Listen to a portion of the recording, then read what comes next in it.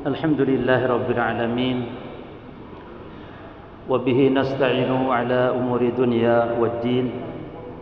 Wassallallahu wasallam wa baraka ala nabiyyina Muhammadin wa ala alihi wa ashabihi ajma'in, amma ba'd. Para jamaah salat maghrib, kaum muslimin wal muslimat rahimani wa rahimakumullah. Pembahasan kita berkaitan tentang manzilatu as-sunnah fi syariatil islamiyah, kedudukan sunnah di dalam syariat Islam. Dan sunnah yang dimaksud adalah hadis, karena sunnah di dalam syariat ini memiliki beberapa makna.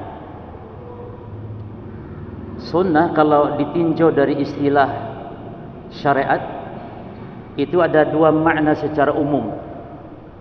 Yang pertama, sunnah dengan makna yang umum, yaitu artinya syariat, artinya agama.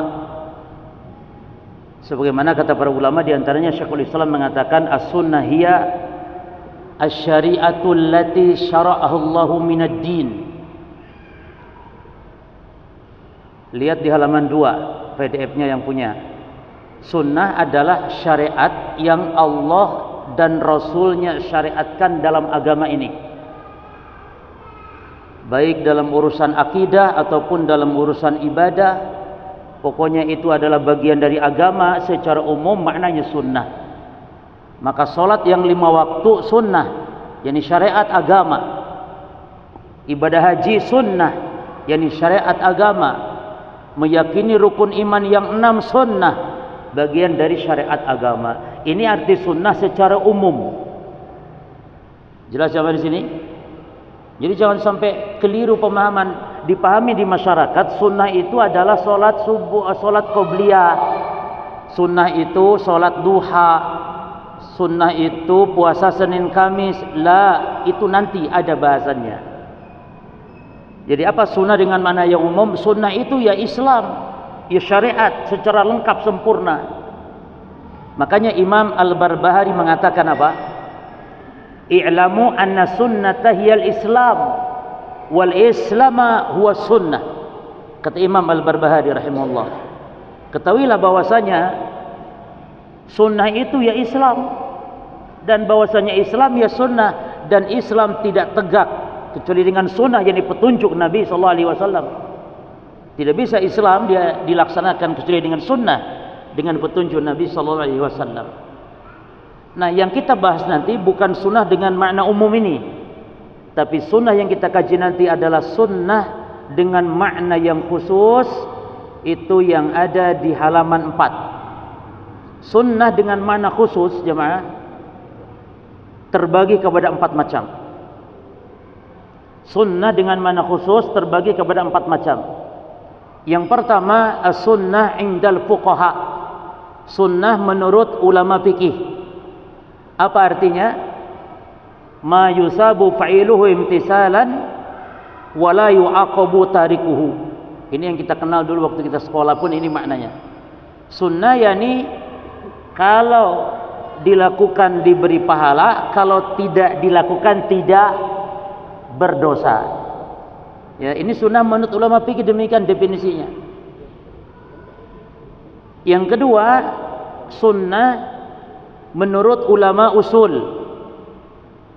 Maknanya adalah ma'amara bihi syari' la ala wajhil ilzam. Sunnah menurut ulama usul, yakni setiap yang diperintahkan oleh agama namun tidak harus dilakukan.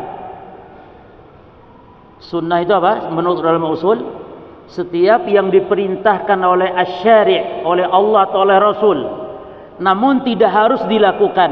Kalau harus dilakukan namanya apa? Wajib. Inilah ulama usul membagi hukum taklifi kepada 5. Ada wajib, ada sunnah, ada haram, ada makruh, dan ada mubah. Paham di sini? Berarti kalau wajib dengan sunnah menurut ulama usul adalah sama-sama perintah.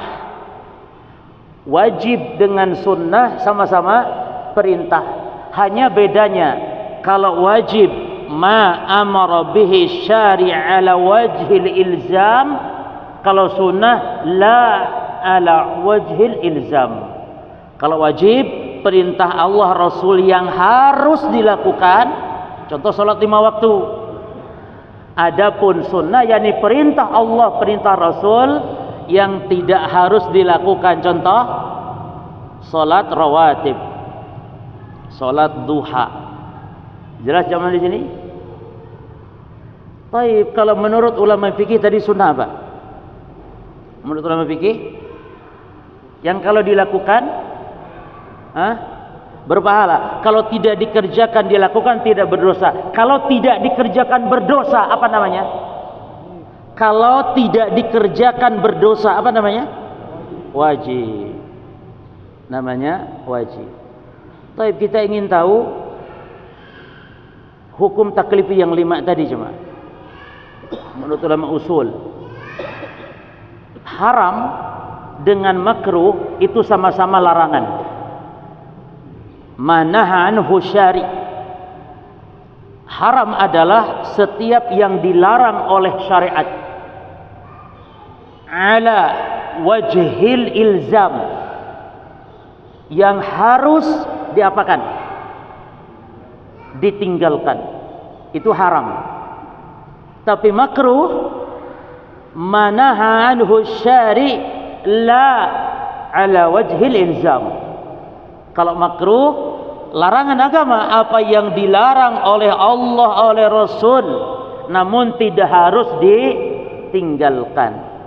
Kalau menurut ulama fikih, ya jemaah, makruh ini kalau dilakukan tidak berdosa, kalau ditinggalkan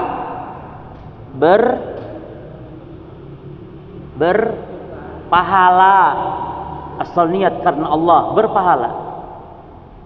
Wanita ketika meninggal suaminya atau ibu meninggal anaknya, dia tidak ngantar ke makam, itu berpahala kalau karena Allah. Karena memang wanita dilarang oleh Rasul, tapi dilarang tidak harus ditinggalkan. Apa namanya?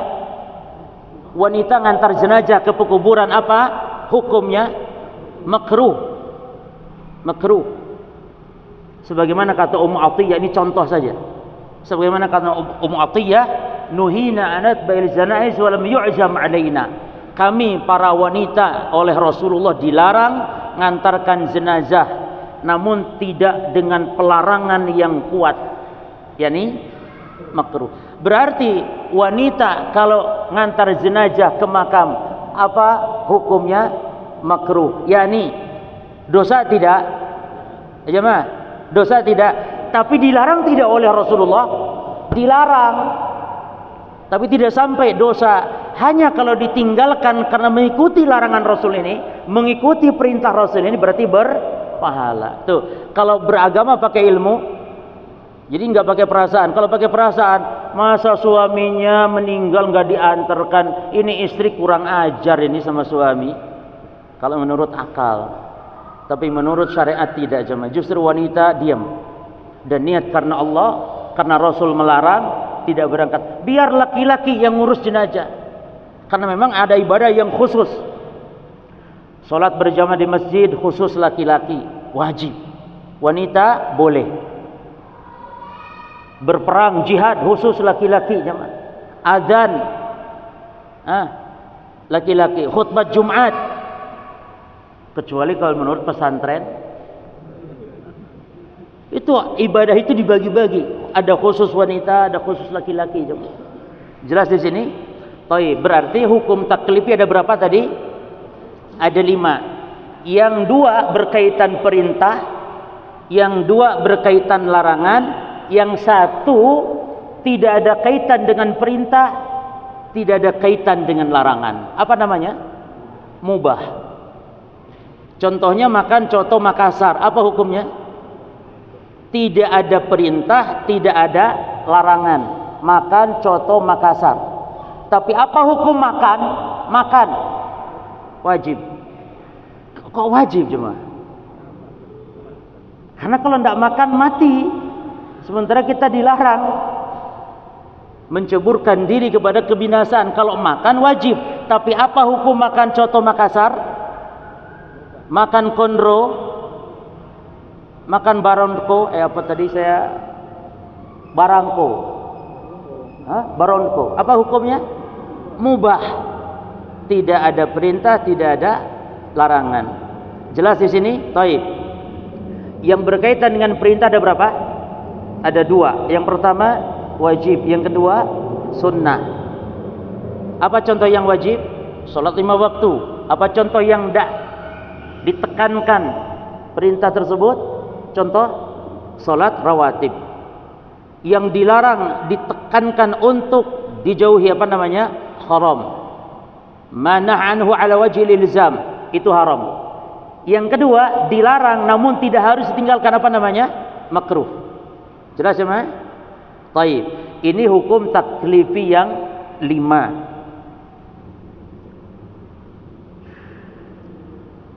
Yang ketiga, sunnah definisinya menurut ulama ahli hadis, dan ini bahasan kita sekarang di malam ini.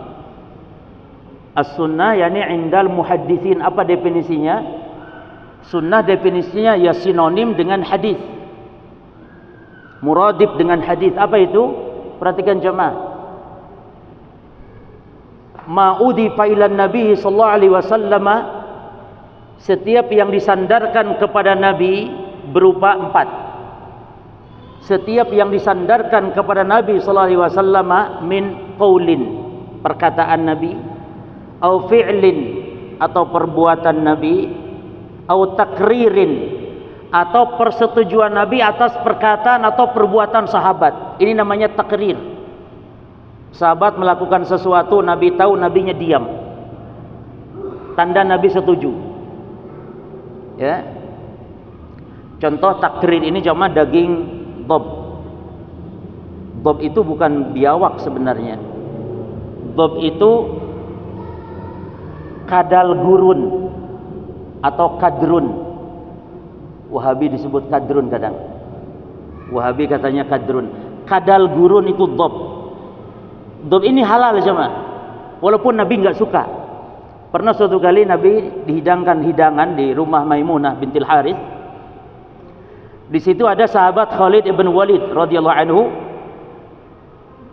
Sahabat Khalid ibn Walid dan Maimunah bintil Harith, istri Nabi ini adalah bibinya Khalid ibn Walid. Ada di situ. Lalu dihidangkanlah hidangan, ternyata dob, dan Rasul tidak tahu. Ketika Nabi mau ngambil dob itu, diangkat tangannya mau ngambil, lalu kata istri Nabi, beritahu dulu Rasulullah apa yang akan beliau makan itu. Lalu Nabi tanya, ma huwa, apa itu? Kata Nabi, huwa dob ya Rasulullah. Dia dob ya Rasul, kadal gurun ya Rasul, semacam biawak bentuknya. Tapi kalau biawak haram jemaah, kalau biawak haram. Tapi kalau dob halal.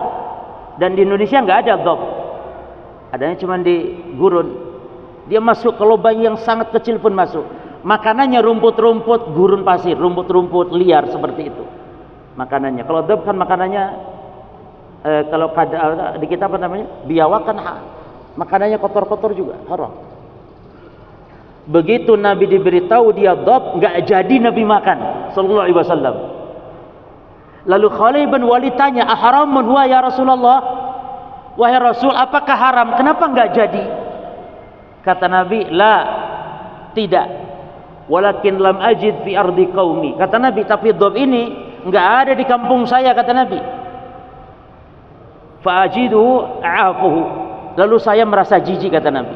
Lihat jemaah, saya merasa jijik, kata Nabi, maka saya tidak mau makan. Ketika Nabi mengatakan tidak haram, Khalid bin Walid radhiyallahu anhu cerdas. Dia ambil pisau, dia iris, lalu dia ambil, dia makan. Kata Khalid, wa Rasulullah yanzuru ilayya, dan Rasul melihat ke arah saya makan dob. Ini namanya takrir. Ini perbuatan sahabat yang disetujui Nabi. Maknanya berarti ini merupakan petunjuk Nabi, sunnah Nabi, takrir Nabi. Dan takrir berlaku kalau Nabi masih hidup. Kalau Nabi sudah wafat, nggak ada lagi takrirnya. Bagaimana Nabi bisa menyetujui perbuatan sahabat sementara Nabi sudah tiada? Ini dalil yang menunjukkan takrir. Dan banyak takrir itu, contohnya para jamaah sekalian, persetujuan Nabi itu contohnya adalah ketika disebut dengan azl. Azl itu suami istri jima dengan istrinya menumpahkan air mani di luar kemaluan istri. Itu boleh sebagai bentuk takrir dari persetujuan Nabi. Sebagaimana kata sahabat Jabir bin Abdullah, kunna na'zil fi ahdi Nabi sallallahu alaihi wasallam wal Qur'anu yanzil. Kami melakukan azal di zaman Nabi padahal Quran masih turun. Yani kalau azal dilarang, pasti kalau azal memang enggak boleh, pasti Allah turunkan wahyu untuk melarang azal. Jadi azal dibolehkan berdasarkan takrir. Baik. Apa itu hadis tadi? Setiap sesuatu yang sandarkan kepada Nabi berupa apanya? Perkataan. Yang kedua, perbuatan. Kalau perkataan itu sabda Nabi, misalnya qala Rasulullah, nah, itu bentuk perkataan. Kalau perbuatan dipraktekannya oleh Nabi, sahabat yang ceritakan biasanya kana Rasulullah sallallahu alaihi wasallam, misalnya idza dakhala, apabila masuk, misalnya. Nah, itu perbuatan Nabi yang diceritakan oleh sahabat. Yang ketiga takrir, yaitu persetujuan Nabi. Dan yang keempat terakhir adalah min sifatin, atau yang disandarkan kepada Nabi berupa sifat, khuluqiyatan kanat atau khulqiyah. Dan sifat Nabi ini ada dua macam. Ada sifat khuluqiyah, sifat akhlaknya, pemberaninya Nabi, dermawannya Nabi, akhlak baiknya Nabi sallallahu alaihi wasallam, pemalunya Nabi, ini khuluqiyah. Atau yang kedua sifat Nabi apa? Khalqiyah, sifat fisik. Sifat fisik Nabi, seperti rambut Nabi panjang, seperti wajah Nabi itu bulat bagaikan rembulan, tidak lancip lurus kayak pedang, tidak, kata para sahabat. Menunjukkan indahnya Nabi sallallahu alaihi wasallam. Sampai-sampai para sahabat itu menggambarkan gantengnya Nabi, indahnya wajah Nabi itu. Mereka melihat ke arah bulan, lalu mereka melihat wajah Rasulullah, dipandangnya bulan, dipandangnya wajah Rasul, sama persis. Makanya ini boleh jemaah ya, antum merayu istri, mengatakan engkau cantik bagaikan bulan, itu boleh. Dan istri jangan marah, karena mungkin kok disamakan sama bulan sih, bulan kan terjal, gersang, gak ada apa-apanya. Maksudnya dipandangnya indah bagai rembulan. Maka antum kalau merayu istri itu begini boleh, misalnya, Dek, sekarang kok gelap sekali ya perasaanku. Adek tahu tidak kenapa sebabnya? Kata istrinya, enggak tahu bang. Masa enggak tahu? Enggak tahu bang kenapa sebabnya. Gelap, langit gelap, alam kok kayak gelap. Jawaban suaminya apa? Karena rembulannya ada di wajahmu, sehingga gelap langit karena bulannya ada di wajahmu. Itu boleh rayu itu. Dan merayu istri itu ibadah jemaah. Syekh Said Misfar, ini nggak tahu ibu-ibu dengar nggak bu? Memang masjid kalau besar gemanya lumayan, sehingga kadang nggak jelas kalau bicara. Kira-kira suara saya jelas coba? Hah? Syekh Said Misfar hafizahullah, pernah beliau cerita dibuat angket ya, para jamaah yang hadir disuruh WA ngechat ke istrinya masing-masing. Ini untuk mengecek apakah kalian wahai para suami pernah mempraktekkan merayu istri, menyayangi istri dengan cara merayu, membahagiakan istri, menyenangkan istri dengan cara merayu. Dibuktikan, coba sekarang buktikan, chat semua istri hadir, yang hadir sekarang, chat semua istri, ucapkan di SMS atau di WA, di WhatsApp, ucapkan sayang atau dek, aku mencintaimu, I love you. Ucapkan kayak gitu. Dan apa jawaban istri-istri kalian? Sekarang juga aku tunggu, kata Syekh. Chatlah para suami jemaah. Sudah sekitar 3 menit, ayo udah masuk jawaban. Ya udah Syekh masuk. Coba baca apa jawaban istri-istri kalian. Tahu jemaah apa jawaban para istri? Kata para istri, kon gendeng tak, kamu gila tak? Kamu gila tak? Subhanallah. Ini tandanya kalian tidak pernah merayu istri dengan ucapan itu. Buktinya istri kalian hampir pingsan mendengar kata-kata rayuan kalian. Sampai ada istri yang ngomong sama keluarganya, Pak, ini bojoku kayaknya gila sekarang. Apa? Ngomong, aku cinta kamu. Karena nggak pernah terdengar dari mulut suaminya. Rayu jemaah istri itu ibadah. Ibadah, nyenangkan istri ibadah. Jelas? Maka kembali, sunnah yang dimaksud adalah al-hadis yang akan kita kaji, kita bahas. Apa definisinya jemaah? Setiap yang disandarkan kepada Nabi sallallahu alaihi wasallam berupa 4. Apa yang 4? Perkataan. Kedua, perbuatan. Yang ketiga, takrir. Yang keempat, sifat. Sifat Nabi ada berapa? 2. Sifat fisik dan sifat akhlak. Sifat fisik dan sifat akhlak. Itu yang disebut dengan hadis. Nah, yang dimaksud bahasan kita apa? Kedudukan hadis, kedudukan sunnah ini di dalam syariat. Taib. Terakhir, sunnah definisinya yang keempat. Ini makna secara khusus ya. Menurut ulama akidah, sunnah inda ulama al-mu'taqad artinya adalah al-aqidatu sahihah as-sabitatu minal kitab wa sunnah. Jadi sunnah menurut ulama akidah dan banyak dari kalangan para salaf dahulu, kalau ngomong sunnah maknanya akidah yang sahih, akidah yang benar, akidah yang lurus. Ibu-ibu, tolong anaknya diamankan.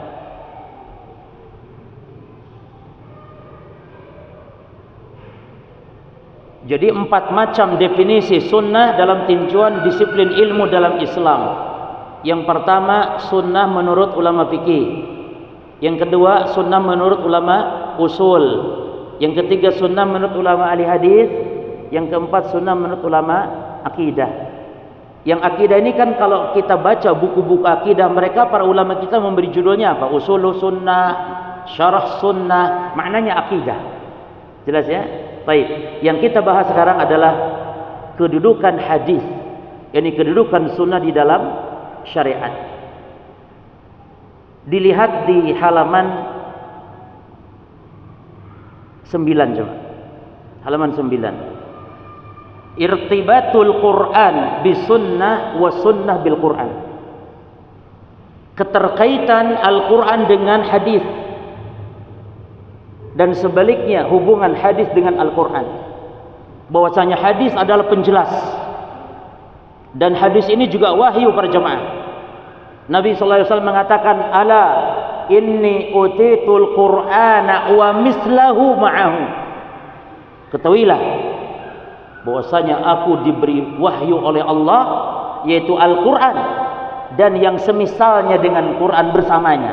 Apa maksudnya? Yang semisal dengan Quran bersamanya? Hadis, sunnah. Allah banyak menyebutkan kata-kata ini di Quran. Allah mengatakan, wa yu'allimuhumul kitaba wal hikmah. Dan engkau Muhammad yang telah mengajarkan kepada manusia Alkitab dan hikmah. Apa makna hikmah? Jamaah sekalian, setiap kata-kata hikmah dalam Quran kalau digandengkan dengan kata-kata kitab, setiap kata-kata hikmah kalau digandeng dengan kata-kata kitab, maka hikmah maknanya sunnah. Tapi kalau tidak digandengkan hikmah, misalnya ud'u ila sabili rabbika bil hikmah, ada kata kitabnya enggak di situ? Enggak. Kalau tidak ada kata-kata kitabnya, hikmah tidak digandengkan dengan kata-kata kitab, maka hikmah maknanya wad'u syai' fi maudhi'ihi, meletakkan sesuatu pada tempatnya, bijak. Tapi kalau kata hikmah digandingkan dengan Quran atau dengan kitab, apa arti hikmah? Sunnah, yakni wahyu Allah. Maka juga Allah mengatakan wa ma yantiqu 'anil hawa in huwa illa wahyun yuha. Muhammad itu tidak berbicara dari hawa nafsunya, tapi Muhammad berbicara dari wahyu yang Allah wahyukan kepadanya. Jadi hadis itu juga wahyu. Al-masdarus tsani, sumber hukum yang kedua setelah Quran. Tapi walaupun ngomongnya setelah, derajatnya sejajar. Maka tidak boleh dalam Islam, haram dalam Islam seorang kalau berhujah dengan Quran saja, tidak boleh. Harus digandeng dengan sunnah, karena tidak bisa, mustahil mengamalkan Quran kalau tidak ada sunnah. Mustahil kita bisa sholat, praktek sholat tidak bisa kalau tidak ada sunnah. Di dalam Al-Quran Allah hanya perintahkan sholat maghrib, tapi jumlah rakaatnya nggak ada di Quran. Bagaimana cara ruku di Quran tidak ada. Bacaan ruku tidak ada, tahiyat tidak ada. Adanya di mana? Hadis. Adanya dalam hadis. Makanya kelompok sesat sudah muncul di zaman Imam Syafi'i, namanya Qur'aniyun atau ingkar sunnah. Muncul di zaman Imam Syafi'i. Maka Imam Syafi'i membantahnya dengan membuat kitab, judul kitabnya Ar-Risalah. Jadi judul kitab ini tentang usul fikih untuk membantah kelompok sesat di zaman beliau yang ingkar kepada sunnah. Jadi cukup Quran saja. Mustahil tidak bisa kita beribadah jemaah. Oleh karenanya demikian agung kedudukan sunnah terhadap Quran. Demikian agung as-sunnah di dalam syariat.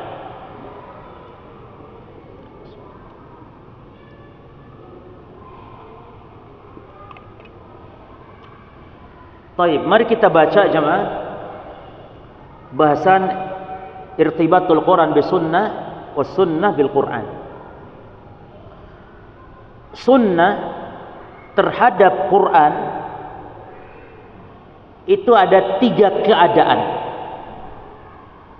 Keadaan pertama, sunnah membawa hukum yang sama juga Quran membawa hukum. Yani anta atis sunnah bi ahkam tumassil ahkam al-Quran. Contohnya, di dalam Quran ada perintah salat tidak? Ada. Hadis pun ada perintah salat, menjaga salat. Berarti sama-sama membawa hukum. Jelas jemaah? Maka terkadang kita lihat ada hukum perintah di Quran atau ada larangan dalam Quran. Di sunnah pun ada perintahnya sama, larangannya sama, ada. Sama-sama membawa hukum. Ini keadaan yang pertama. Ya. Keadaan yang kedua di halaman 10. An ya'tiyal Quran bi ahkamin mujmalah. Al-Quran datang membawa hukum yang global. Lalu datang sunnah merinci, menjelaskan hukum Quran yang masih global tersebut. Dan kita tidak bisa mengamalkannya karena masih global. Ya. Jadi sunnah datang merinci. Bisa jadi mengkhususkan hukum Quran yang masih umum.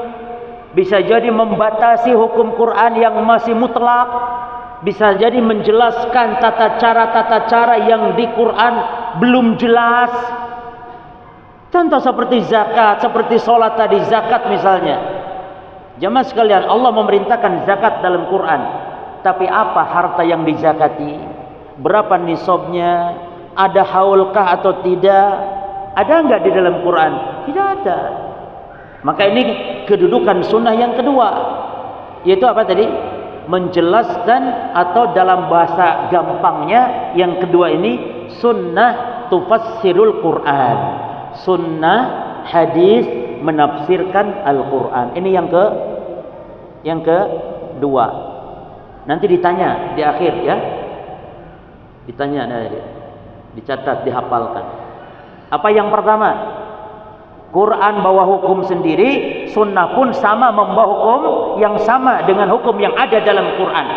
Yang pertama. Yang kedua, sunnah menafsirkan Quran. Jadi Quran membawa hukum namun global, butuh tafsiran, sunnah datang menafsirkan. Yang kedua. Yang ketiga jemaah, antatiyah sunnah bi ahkamin istiqlaliyah. Sunnah membawa hukum yang tersendiri, ghair mawjudin fil Quran, yang tidak ada dalam Quran, yang tidak ada dalam Quran.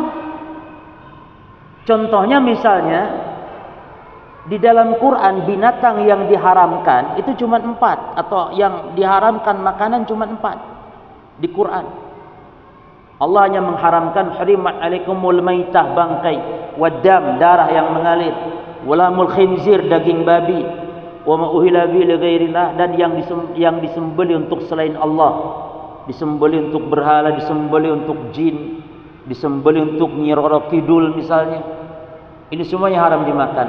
Tidak ada di dalam Quran selain ini saja, namun datang di dalam sunnah. Jadi kalau di dalam Quran, kalau ditanya apa hukum makan anjing, kalau di dalam Quran tidak ada. Makanya Imam Malik, perhatikan jemaah, dan harus lapang dada sebagai muslim, ketika terjadi khilaf ulama dan khilafnya mu'tabar, kita harus lapang dada. Kata Imam Malik, anjing itu makruh, bukan halal, makruh, tidak sampai haram. Alasannya kenapa? Alasannya kenapa? Karena di Quran tidak ada. Jelas? Maka dalam mazhab Maliki juga air liur anjing itu tidak najis. Kita toleran zaman, tidak masalah. Tapi kita tidak boleh mengikuti kesalahan ulama, nggak boleh mengikuti pendapat-pendapat ulama yang lemah, tinggalkan. Yang benar mazhab Syafi'i, Maliki, mazhab Hambali, mazhab mayoritas ulama yang mengatakan anjing hukumnya haram berdasarkan nas hadis. Tidak ada memang di Quran, tapi ada di hadis, ada dalam sunnah, karena sunnah membawa hukum yang tersendiri yang tidak ada dalam Quran. Inilah indahnya para jemaah kalau kita berpegang dengan sunnah. Kata Nabi SAW tentang binatang buas yang bertaring, kullu dinabin minas siba' fa akluhu haram. Setiap binatang buas yang bertaring, jadi dua, buas, taring. Kalau bertaring namun tidak buas, halal jemaah. Seperti ad-dubu'. Ad-dubu' itu tidak buas tapi ada taringnya.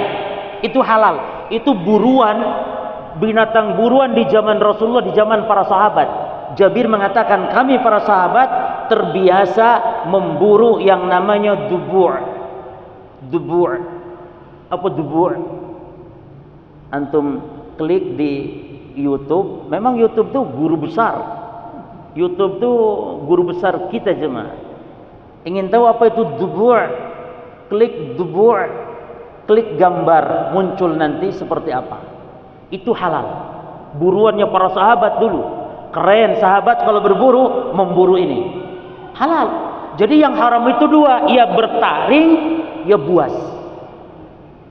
Termasuk juga dalil yang lain, anjing itu diperintah untuk dibunuh.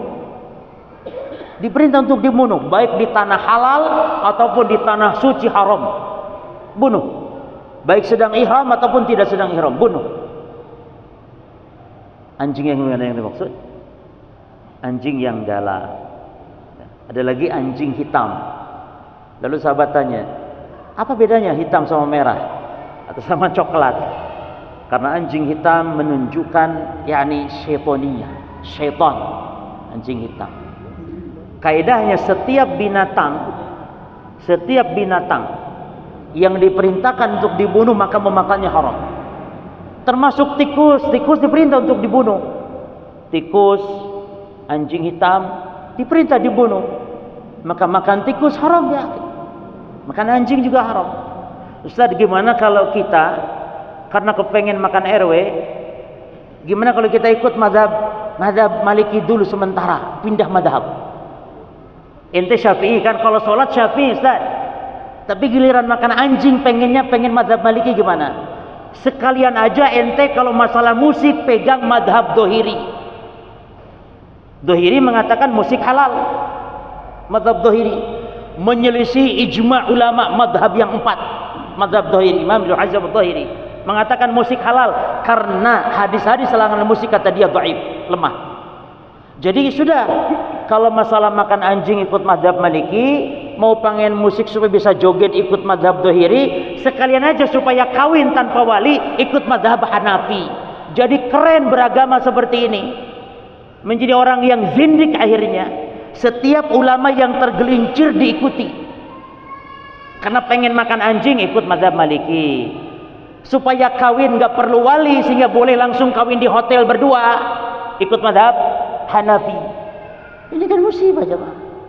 Kita tidak boleh bermazhab seperti makan nasi padang, mana yang enak diambil, mana yang diambil. Lah jemaah. Seperti mazhab Syafi'i, kalau ketemu kulit bersentuhan kulit batal tidak wudunya walaupun suami istri, batal. Terus gimana kalau tawaf di Mekah? Ustaz, nek tawaf di Mekah ikut mazhab lah dulu, mazhab Hambali. Nanti pulang dari Mekah mazhab Syafi'i lagi. Kok bisa begitu jemaah bermazhab? Jadi antum kalau di Mekah tetap batal kalau memang bermazhab Syafi'i. Batal. Terus gimana kalau alasan darurat? Boleh silakan kalau memang darurat, tapi kan air wudu di mana-mana ada di Mekah sekarang, di Masjidil Haram. Maka yang benar, tidak batal laki perempuan sentuhan wudu walaupun bukan mahram. Walaupun haram, bersentuhan laki perempuan haram tanpa mahram atau yang bukan mahram, tapi tidak membatalkan wudu. Ini pendapat yang kuat. Tapi kalau mau batal wudu tidak apa-apa, dan kita harus hormati. Ini ulama yang berpendapat tidak, yang berpendapat batal itu Al-Imam Syafi'i rahimahullahu taala. Jelas para jemaah? Jadi bermadhab tidak boleh sesuai selera, tapi mana pendapat yang kuat itu yang kita ambil. Contoh yang lain, bahwa hadis membawa hukum tersendiri, yaitu larangan burung yang bercakar yang memangsa dengan cakarnya, seperti elang, maka haram. Di Quran nggak ada elang haram, nggak ada. Adanya di dalam hadis, kata Nabi, wa kullu dzim makhlab minat tayr, dan setiap burung yang bercakar yang memangsa dengan cakarnya maka makannya haram. Kalau bangau gimana coba? Burung bangau, burung bangau itu haram karena sebab makanan yang najis. Kalau tidak disterilkan baru boleh. Jadi itu namanya termasuk jalalah. Binatang, ikan atau binatang atau burung yang semisal memakan bangkai, memakan benda-benda najis, itu namanya jalalah, makanan pokoknya ya. Karena ayam pun kadang-kadang makan najis enggak? Ayam makan, tapi kan kadang-kadang. Makanan pokoknya bukan itu. Tapi yang makanan pokoknya najis, itu namanya hewan jalalah. Itu kita haram minum susunya, haram makan dagingnya, kecuali disterilkan. Biasanya tergantung, kalau 1 minggu kalau sudah dirasa cukup maka sudah boleh dimakan. Itu namanya jalalah. Contoh yang lain jamaah dalam hadis yang tidak ada dalam Quran adalah menggabungkan 2 wanita dengan bibinya. Jadi kita tidak boleh poligami kepada seorang wanita yang wanita ini adalah bibinya, istri kita. Tidak boleh. Kalau menggabungkan 2 saudari ada nggak dalam Quran? Ada. Dalam bab mahram nanti akan kita bahas. Tidak boleh menggabungkan sekaligus 2 saudari adik kakak. Nah, kalau menggabungkan antara perempuan dengan bibinya itu tidak bolehnya di dalam Quran atau dalam hadis? Di dalam hadis. Bahwasanya Nabi sallallahu alaihi wasallam melarang. Kata Nabi, la yujma'u bainal mar'ah wa ammatiha. Tidak boleh menggabungkan wanita dengan bibinya. Wala bainal mar'ah wa khawlatiha, tidak boleh juga dengan bibi dari pihak ibunya. Jadi dalam kamus orang Arab, bibi itu dibedakan bibi jalur ibu, bibi jalur bapak. Bibi dari jalur bapak namanya amah, dari jalur ibu namanya khalah. Yani adik kakak dengan ibu, adik kakak dengan bapak, kan gitu terjemah. Itu bibi itu namanya. Di Indonesia kan enggak dibedakan terjemah, sama saja ya. Jalur ibu, jalur bapak sama-sama namanya tante, atau kalau orang Jawa namanya bude, ya, atau bukli, itu sama. Tapi di Arab beda, istilahnya beda. Khalah, bibi dari jalur ibu, kalau paman namanya khal. Kalau bibi perempuan namanya khalah. Kalau paman dari jalur bapak namanya am, ya ammi, pamanku, am. Kalau perempuan namanya amah. Jelas jemaah? Nah itu dua-duanya nggak boleh. Tapi kalau mati dulu istrinya lalu nikah sama bibinya boleh. Tapi digabungkan nggak boleh. Mana dalilnya? Dalam hadis, nggak ada dalam Al-Quran. Taib. Inilah dia terjemah bahasan kita, dan insyaallah kita akan bahas sekarang di halaman 12 tentang bagaimana bentuk sunnah menafsirkan Quran. Inilah bahasan terakhir. Bagaimana sunnah menafsirkan Al-Quran.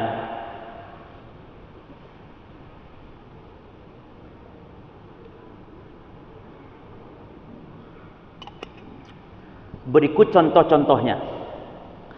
Jemaah sekalian, sebagaimana tadi di awal dikatakan bahwa secara umum bahwa sunnah Nabi sallallahu alaihi wasallam ini, hadis-hadis Nabi ini menjelaskan hukum-hukum Quran atau menjelaskan, menafsirkan apa yang ada dalam Quran.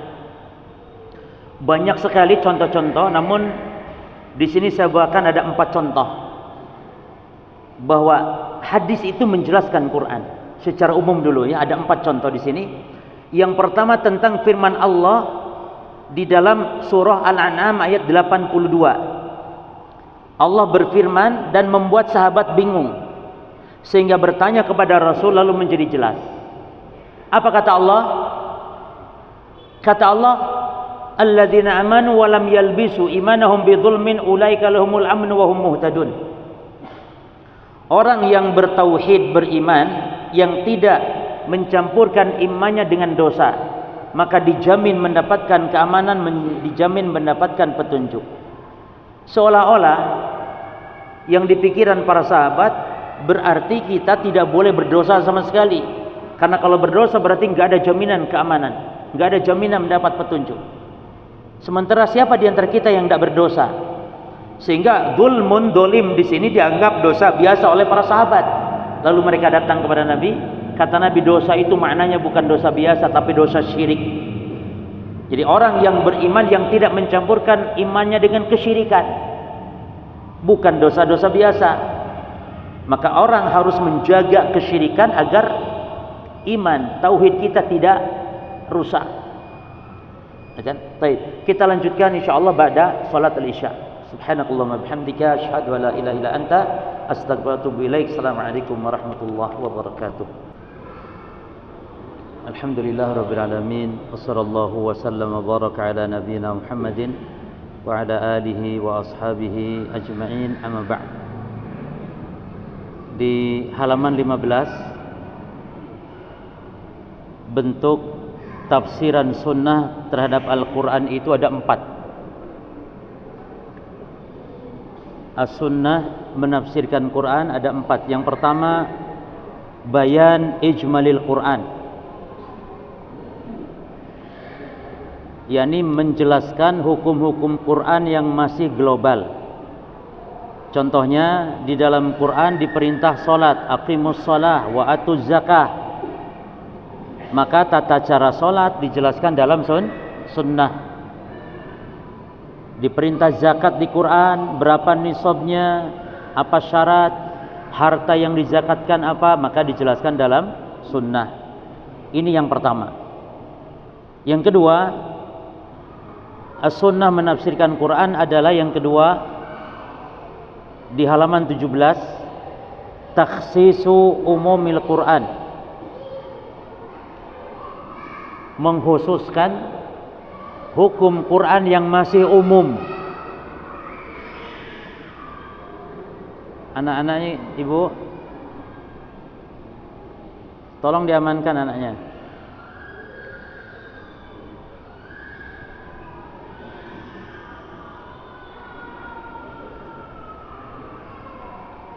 Apa yang kedua?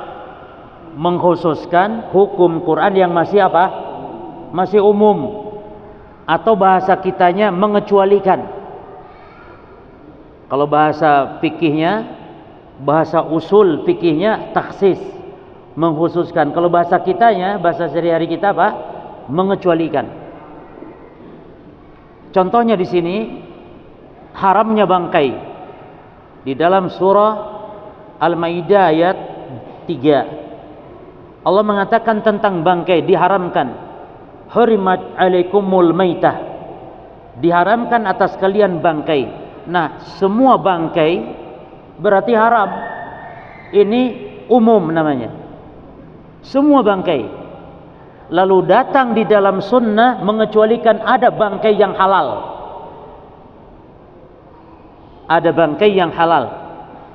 Yang pertama hadis Abu Hurairah. Kata Abu Hurairah, seorang tanya kepada Nabi sallallahu alaihi wasallam, dia bertanya, "Ya Rasulullah, inna narkabul bahar, kami berlayar di lautan. Wa nahmilu ma'ana al-qalil minal ma', dan kami membawa sedikit air ya Rasulullah. Kami membawa sedikit air, bekal air kami sedikit. Fa in tawadhu'na bihi atishna, kalau kami wudu nanti kami enggak ada untuk minum, kami kehausan ya Rasul. Maka apa boleh kami wudu? Apa natawadda minal bahar? Apa boleh kami berwudu dari air laut?" Maka Nabi menjawab apa jemaah? Huwa al-hillu huwa at-tahuru ma'uhu al-hillu maitatuhu. Kata Nabi, laut itu airnya suci, bangkainya halal. Airnya suci, bangkainya halal. Subhanallah ya, di sini kecerdasan Nabi sallallahu alaihi wasallam menjawab dengan menggunakan kaidah. Nabi tidak mengatakan iya. Ya kan? Kan pertanyaannya boleh enggak wudu dari air laut? Boleh. Kan cukup gitu sebenarnya. Tapi tidak, Nabi menggunakan kaidah. Sebab nanti kalau cuma dijawab iya boleh, nanti dia tanya lagi tuh, kalau mandi ya Rasul, kalau mandi akhirnya panjang. Maka Nabi jawab dengan cerdas sekali menggunakan kaidah. Dan demikian seharusnya para penuntut ilmu belajar ilmu, disiplin ilmu dari kaidah-kaidahnya. Karena hakikatnya pengajaran-pengajaran Quran hadis itu menggunakan rumus kaidah. Ini kaidah ini. Kata Nabi, huwa tahuru ma'uhu al-hillu maitatuhu. Laut itu airnya suci. Berarti kalau suci bisa dipakai apa? Sembarang segalanya bisa. Ya mandi, ya sembarang, ya wudu, ya, karena suci. Lalu bukan hanya itu, Nabi kasih bonus jawaban. Apa? Bangkainya halal. Berarti bangkai yang ada dalam Quran umum, semua bangkai, dikecualikan apa? Bangkai apa jemaah? Bangkai laut. Jadi semua yang di laut bangkainya halal. Termasuk pokoknya semua laut para jemaah. Semua laut. Bahkan disebut bukan lagi ikan tapi hewan. Yani kaidahnya qulul hewan alladhi ya'ish fil bahri fa aqlu halal hayyan aw mayitan.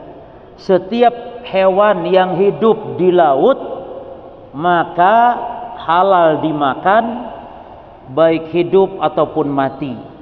Semua yang hidup di laut termasuk babi laut, termasuk anjing laut. Kalau kuda masih darat ya halal. Kuda laut, kuda darat, bahkan termasuk putri duyung.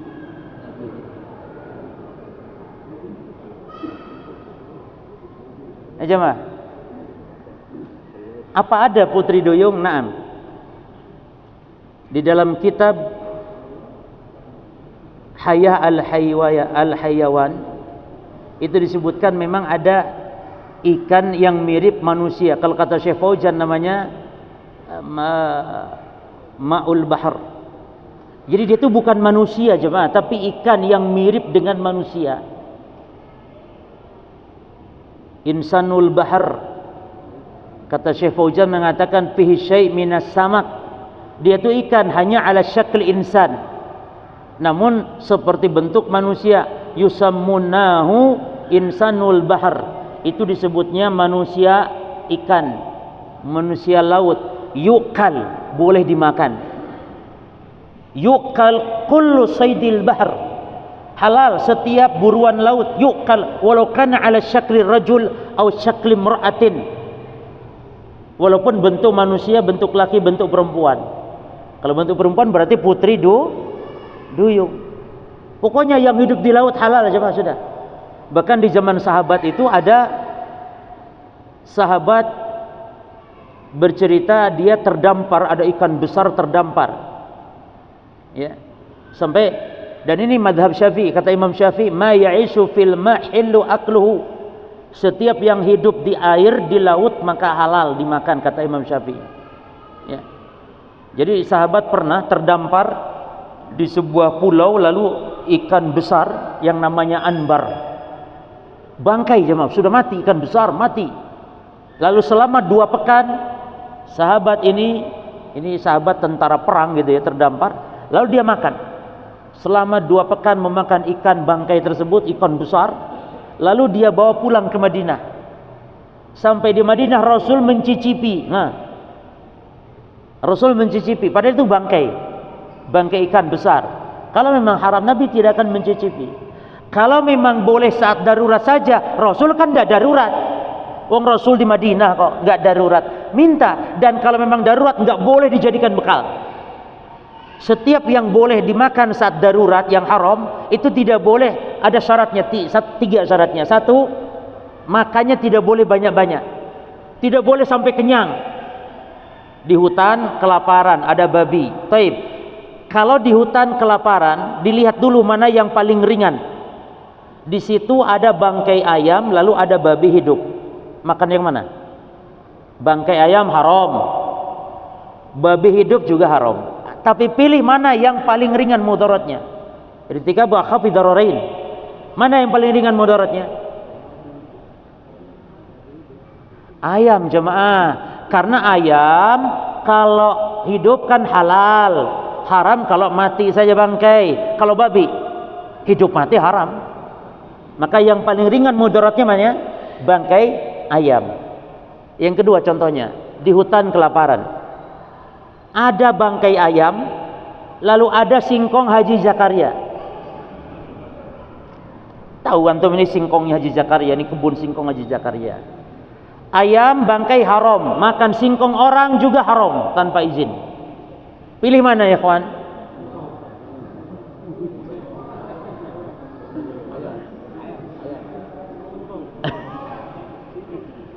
Hati-hati loh, namanya hak orang di akhirat berat. Al-jawab singkong. Nanti kan tinggal minta izin ke Pak Haji Zakaria. Pak Haji, saya mau kelaparan, kalau saya bayar saya makan 3 biji berapa? Ya. Jadi begitu jemaah. Jadi kalau kelaparan, pertama hanya yang sekedarnya saja. Jangan boleh sampai kenyang. Wah, kesempatan nih, mumpung babi haram nih, boleh dimakan sekarang karena kelaparan. Tidak boleh.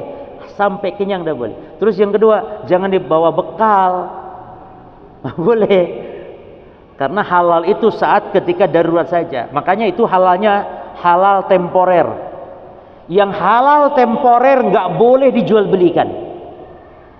Yang halalnya permanen abadi itu yang boleh dijual belikan. Makanya jualan babi walaupun saat babi itu halal tidak boleh dijual belikan. Karena halalnya babi, sementara kalau darurat saja. Jelas jemaah? Baik. Maka yang namanya bangkai ikan, ya, walaupun termasuk ikan yang besar seperti putri duyung tadi juga. Jadi nggak ada cuma yang namanya putri duyung ya, yang namanya jin perempuan, enggak ada. Itu ikan cuman bentuk manusia, memang ada dan itu halal dimakan. Tapi para ulama ngomong gini, kalau ada petani atau nelayan yang jual ikan, tapi ikannya ikan kayak putri duyung perempuan, nelayan bawa ikan dijual, kata para ulama harus dipastikan dulu ini ikan disetubuhi dulu apa tidak. Karena jangan sampai disetubuhi juga. Kalau bekas disetubuhi nggak boleh, ya, dan haram. Jadi para ulama sampai gitu. Dan memang ikan betul-betul yakni mirip perempuan, tapi bukan putri duyung kayak dalam film-film itu, tidak ada. Tapi ini contoh yang pertama jemaah. Kemudian ada lagi bangkai yang halal. Apa itu para jemaah? Bangkai belalang, betul. Disebutkan kata Nabi SAW, uhilat lana daman wa maitatan. Dihalalkan bagi kita 2 darah dan 2 bangkai.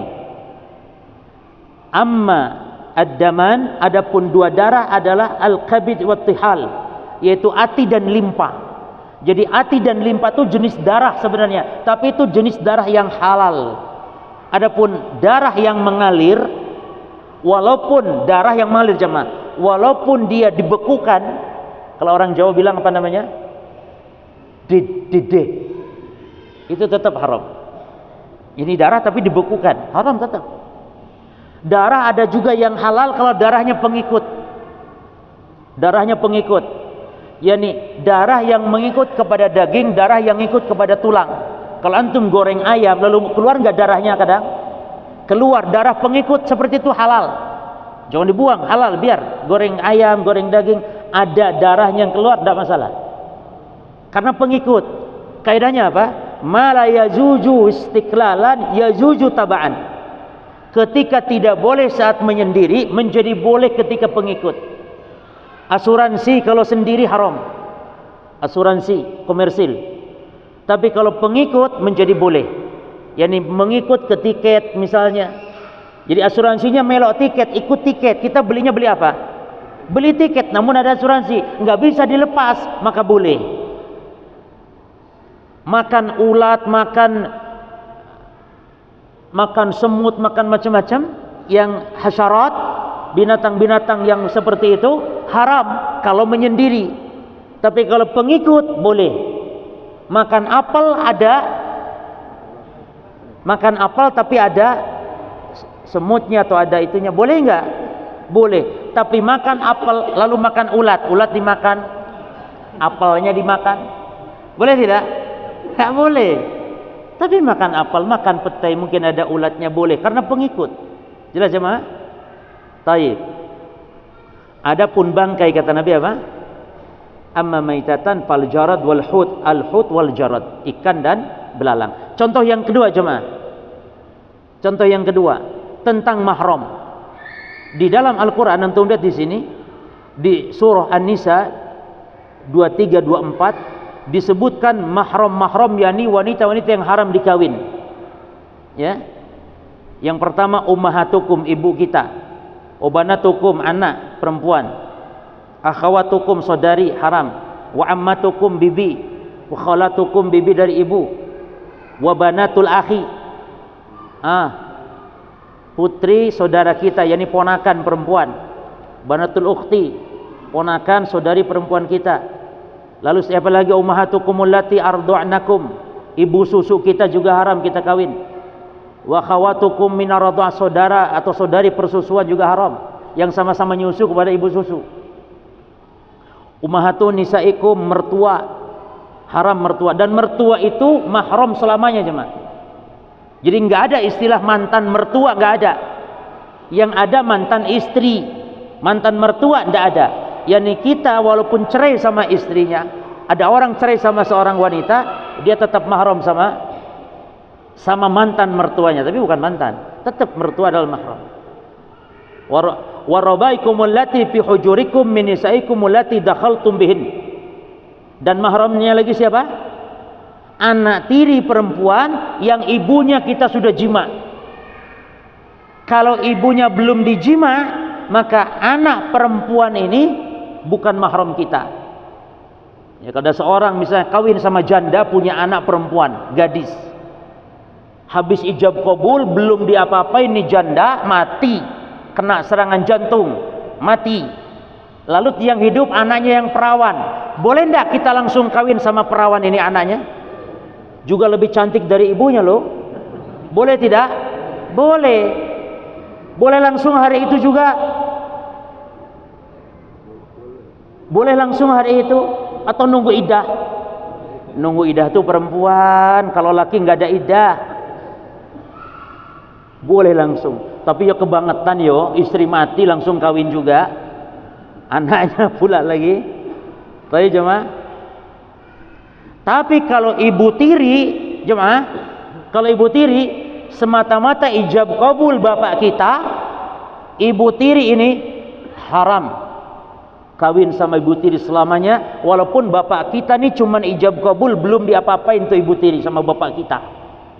Tapi kalau anak tiri, syaratnya kalau sudah jima kita sama ibunya, anaknya ini mahram selamanya. Maka di sini disebutkan allati dakhaltum bihin. Terus, fa illam takunu dakhaltum bihinna fala junah alaikum. Tapi kalau kalian belum jima sama emaknya, sama ibunya, maka boleh kawin sama anak tiri. Lalu siapa lagi? Wa halailu abnaikum alladziina min aslabikum. Menantu kita tuh mahram kita selamanya. Lalu wan tajma'u bainal ukhtayn, menggabungkan dua saudari tadi. Ada di Quran. Baik. Lalu siapa lagi? Wal muhsanat minan nisa. Muhsanat yakni istrinya orang. Jadi enggak boleh perempuan masih punya suami, ya. Pastikan dulu kalau sudah cerai, pastikan sudah cerai. Lalu di ayat ini ya ikhwan, apa kata Allah? Wa uhilla lakum ma wara'a dzalikum, dan halal bagi kalian selain yang disebutkan di atas. Berarti umum, selain wanita yang di atas ini halal dikawin. Tapi ternyata dalam hadis tadi ada pengecualian, ada yang haram menurut hadis yang tidak ada di Quran. Apa itu tadi?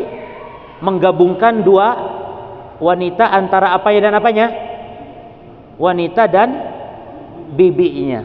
Jelas? Berarti ini pengecualian, pengkhususan. Jelas cuma di sini? Mahram. Mahram itu ada dua, ada mahram yang selamanya, ada mahram yang sementara. Biarkan yang sementara ini, yang selamanya dulu. Yang selamanya ada 3 macam. Satu, mahram karena nasab. Dan mahram karena nasab seperti diantaranya disebutkan dalam Al-Quran ini jemaah, itu cara menghafalnya ya. Semua kerabat kita itu mahram kecuali sepupu. Semua kerabat kita mahram kecuali sepupu. Ada 9 semuanya. Yani ibu, ke bawahnya anak, ke bawahnya lagi cucu, ke atasnya nenek, ke sampingnya saudari, terus bibi. Itu semua mahram kita. Kecuali sepupu. Boleh enggak kawin sama sepupu? Boleh, cuman ulama menyarankan jangan terlalu dekat seperti itu. Tapi boleh, karena suka ada kecenderungan. Memang jemaah ya, apalagi di Indonesia, kalau kawin sama kerabat yang terlalu dekat di Indonesia ini, itu syahwat tuh kurang. Apalagi di Indonesia sering ketemu kan, kayak adik sendiri gitu sepupu itu, sering ketemu, sehingga syahwat kurang. Karena disitulah kata ulama nanti suka ada anak keturunan cacat dan semisal. Tapi masalah bolehnya boleh. Maka kawin itu yang jauh-jauh saja. Lagian supaya nafsunya mantap. Kalau sama saudara dekat itu kan kurang. Beda dengan orang Arab sana. Orang Arab itu kalau sudah mulai balik itu sudah tidak lihat lagi sampai nanti dewasa baru. Kalau di Indonesia lihat tiap hari. Masa ada selera lihat tiap hari. Tapi bolehnya boleh. Jelas ya? Baik. Yang kedua, mahram karena persusuan. Itu seperti mahram karena nasab jemaah. Baik, tolong perhatikan. Karena persusuan ini adalah yang jadi mahram cuman bayi yang nyusu saja kepada seluruh kerabat-kerabat ibu susunya. Tapi kerabat si bayi yang nyusu tidak menjadi mahram dengan ibu susu tersebut. Paham tidak maksudnya? Si A nyusu sama ibu susu namanya Ibu Khadijah. Maka si A menjadi mahram dengan anak perempuan Khadijah, bibinya Khadijah, terus ke atas Khadijah. mahram semuanya.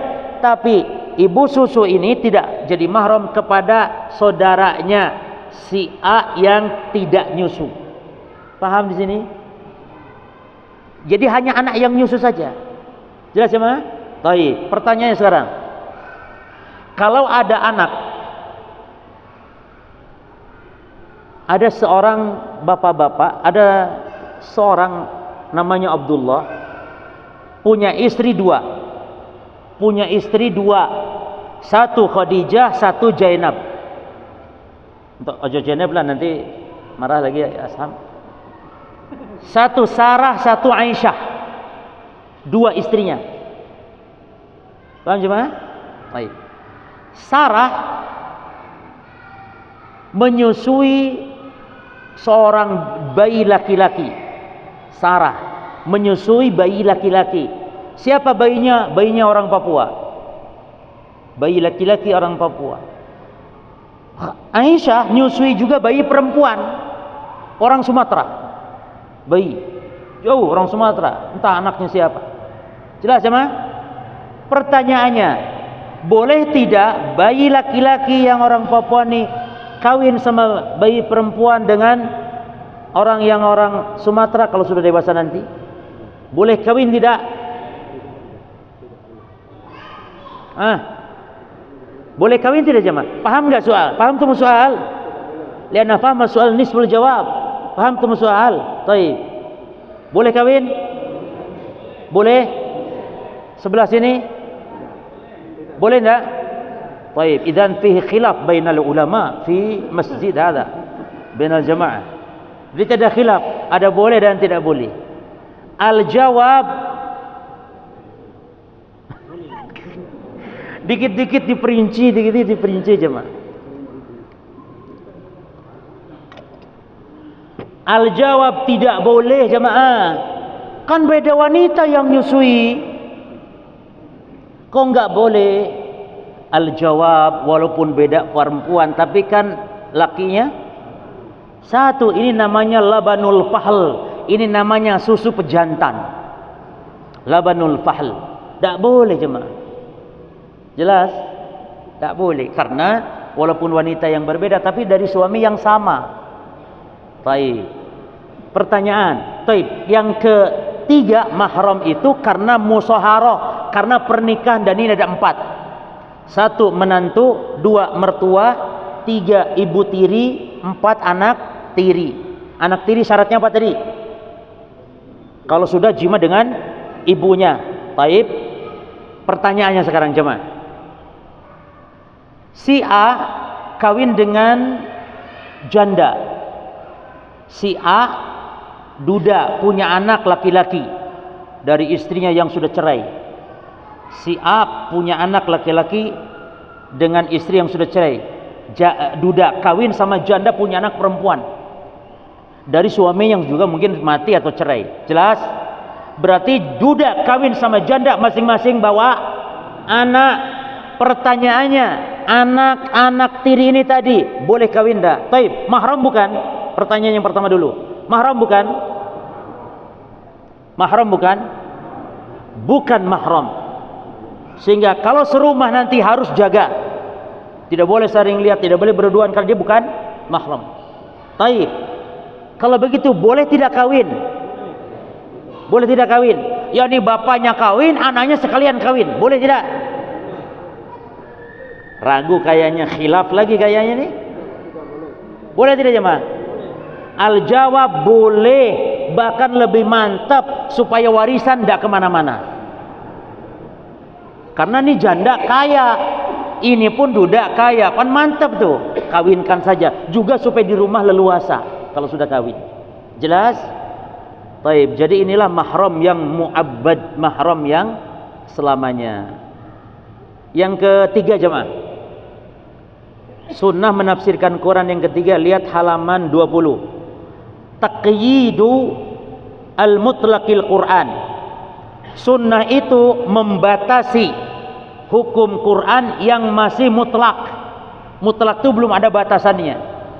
Contohnya di sini Allah berfirman tentang pencuri yang dipotong tangan. As-sariqu was-sariqatu faqta'u aydiyahuma. Pencuri laki, pencuri perempuan, potong tangannya. Di mana potong tangannya jemaah? Di Quran enggak disebutkan. Ini apa namanya kalau enggak disebutkan? Mutlak. Maka kalau gitu bebas. Mau di sini silahkan, di sini silahkan, di sini dimanapun pokoknya tangan. Yang penting jangan di sini saja. Begitu kan hukum asalnya, betul tidak? Mutlak. Tapi datang hadis, datang sunnah mengqayyid, membatasinya. Di mana batasannya? Kata Abdullah bin Amr, qata'an nabiyyu sallallahu alaihi wasallam, Nabi memotong tangan pencuri di mafsal. Di mana? Pergelangan. Jadi nggak boleh di sini, ini zalim namanya. Dan pencuri yang dipotong tangan syaratnya 3. Berapa syaratnya? 3. 1, mencurinya an yakuna min hirsihi. Mencuri itu harus dari tempatnya. Mencuri emas itu dari kotak emas, lemari emas. Mencuri uang dari dompet, dari brankas. Kalau mencuri bukan dari tempatnya, nggak ada potong tangan. Karena salah yang siapa? Salah siapa berarti? Salah yang naro emas dikresekin di pagar depan. Salah sendiri naruh emas kok di situ. Jelas ya, Mas? Berarti kalau mencuri motor di pinggir jalan, potong tangan tidak? Tidak ada. Maka hati-hati, itu bukan tempatnya. Jelas ya, Mas? Tapi ini enak bagi pencuri, ini berarti bukan masalah enak, tangkap sih tangkap, namanya mencuri. Maksudnya ini masalah potong tangan ini, jemaah. Ya masalah mencuri nggak boleh tetap. Ini kita bicara potong tangan. Potong tangan itu syaratnya 3. Apa syaratnya yang pertama? Mencurinya harus di tempatnya, min hirsi. Yang kedua, syaratnya harus mencapai nisab. Yani batasan itu ada, yang dicurinya berapa banyak harta yang dicurinya. Berapa nisabnya? Rubu' dinar. Rubu' dinar. 1/4 dinar. 1 dinarnya itu 4 gram seperempat, cuma. 1 dinar itu 4 gram seperempat. Berarti separuh dari situ bukan separuh, 1/4 dari situ berapa? Ngoso matematik ndak iso? Hah? Emas berapa? Hah? Kurang lebih 1 juta. Berarti kalau mencuri telur ayam, potong tangan tidak? Kalau 1 truk ya potong tangan sama. Mencuri telur ayam potong tangan tidak? Mencuri telur ayam potong tangan tidak? Nisabnya berapa? 1 juta. Taib. Mencuri telur ayam potong tangan tidak? Curinya 1 truk. 1 truk potong tangan? Potong tangan. Kan lebih dari nisab. Jelas. Kalau 2 butir, 3 butir potong tangan tidak? Tidak. Syarat ketiga jemaah, mencurinya tidak ada syubhat. Memang betul-betul mencuri, bukan ada alasan lain. Kalau ada alasan lain, apa alasan lain? Nagih utang. Jadi ada orang karyawan mencuri uang di rumah bosnya. Si karyawan mencuri, tapi si karyawan nggak niat mencuri. Niatnya adalah mengambil hak dia yang gaji dia setahun nggak dibayar. Paham nggak nih? Paham? Setahun nggak dibayar jemaah. Totalnya 24 juta. Nggak dibayar ini. Lalu dia masuk rumah bosnya, diambil uang 24 juta. Atau lebih dikit lah, na'obah. Ketangkep. Potong tangan enggak? Tidak.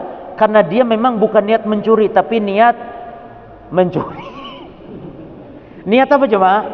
Niat ngambil hak dia, tapi dia tetap salah tidak? Ya salah. Hukum ya hukum, tidak masalah. Tapi masalah potong tangan, tidak berlaku. Jelas di sini? Baik. Contoh yang kedua jemaah, tentang wasiat. Wasiat itu di Quran mutlak, enggak disebutkan berapa batasannya. Min ba'di wasiyatin yusi biha audain. Silakan bagi waris setelah dipotong wasiat atau setelah dibayarkan utang. Maka sisanya bebas. Wasiatnya disebutkan nggak di Quran berapa-berapanya? Tidak disebutkan. Namun dalam hadis ada batasannya. Berarti hadis membatasi hukum Quran yang masih mutlak. Berapa batasan wasiat? Sulus, sepertiga dari harta. Jadi kalau uang hartanya 1 M, lalu dia wasiat 500 juta untuk masjid, boleh tidak? 1 M punya hartanya, wasiatnya 500 juta nanti untuk masjid, boleh tidak? Tidak boleh. Tapi harus 1 miliar cuman dikeluarkan sepertiganya saja. Berarti 250 juta keluarkan untuk masjid. Walaupun wasiatnya 500 juta. Kenapa? Karena dia melanggar. Terus yang kedua juga wasiat itu tidak boleh kepada ahli waris yang dipastikan dapat warisan. Jadi ahli waris itu yang ada yang pasti dapat warisan, ada yang tidak pasti. Ada yang bisa dapat, bisa tidak.